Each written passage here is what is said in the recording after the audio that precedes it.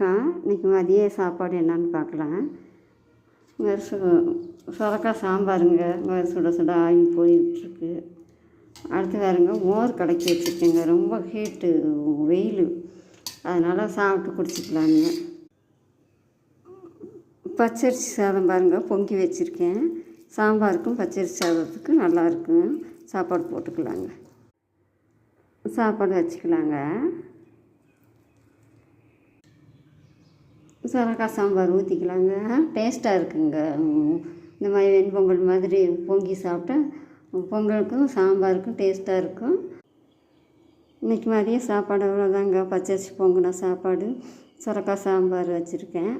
இதுக்கு இதோட கருவாட்டு குழம்பும் காம்பினேஷன் டேஸ்ட்டாக இருக்குன்னா பிடிச்சிருந்தா ஒரு லைக் பண்ணுங்கள், ஷேர் பண்ணுங்கள், சப்ஸ்கிரைப் பண்ணுங்கள். மோர் ரொம்ப ஹீட்டாக இருக்குது, மோடமாக இருந்தாலும், அதனால் மோர் கலக்கி வச்சுருக்கேன் குடிச்சிக்கலான்ட்டு.